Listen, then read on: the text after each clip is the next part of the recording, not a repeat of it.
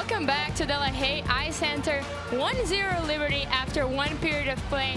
My name is Bruno Sampaio alongside Aaron Pausgrove here, and I mean, you could see the intensity from both of these teams right off the gate. Yeah, these two teams find really good ways to like break down your opponent's defense. They are very defensive minded, so it's not like you can have a lot of time on the ozone yourself. So you really need to be careful because they're going to maintain the puck most of the time, and you got to capitalize on the opportunities just like the Bobcats do. Top here, she's Bruno Sampaio. I'm Noah Ferrari, and Bruno, how's the weather up there? You got a little bit taller since yesterday. I know, right? It feels, I don't know, it feels like I'm on top of the mountain right now. Just cannot see anything else. Well, you see a goalie change for Stony Brook. Simpson in net, and it seems to slow down things a little bit. Stony Brook a little bit more cautious with everything that they were doing on the ice. Liberty a little bit of a step back in terms of the offensive they were bringing in that first period. But then, you know, a score there from Stony Brook seemed to be getting a little bit close, and then everything just broke loose, I guess. Yeah, that's for sure. As we're going to take a look here at our first period highlights of this game. And I mean, you can see, I think a big story also in this game has been both goalies. You see Mason Smith and just the little things he does on the ice. Obviously touted as one of the biggest prospects, I believe, in Flames hockey history. Didn't really came out as much of that product last year, but you are seeing slashes of it this year already.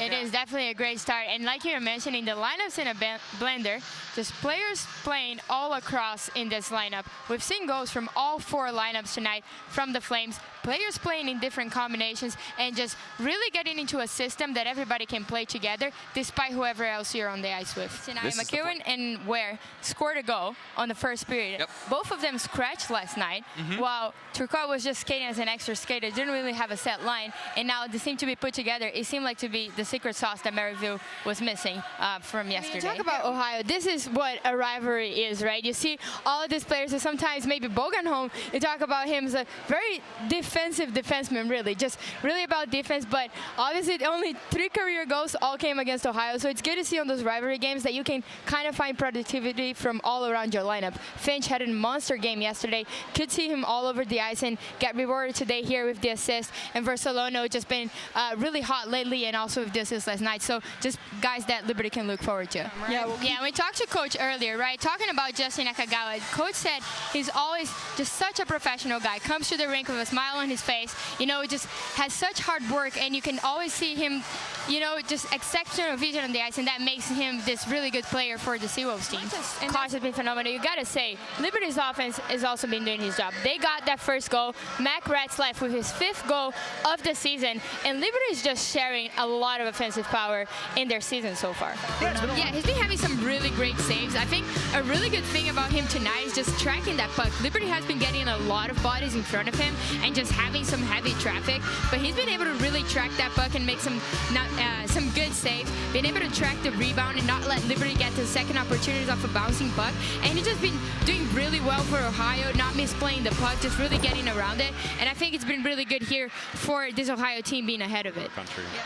Nice. And Brian, talking about your son, you know, it's Nate's 100th career game under a Liberty sweater. How special is it for you to see him, not only him, but also Ryan and Brandon, who have been through this program, and just seeing him play this 100th career game and just all of them going through this program? Well, he loves it because he can hold that over his brother's heads that he's actually, and mine, he's played more college hockey games than I ever did.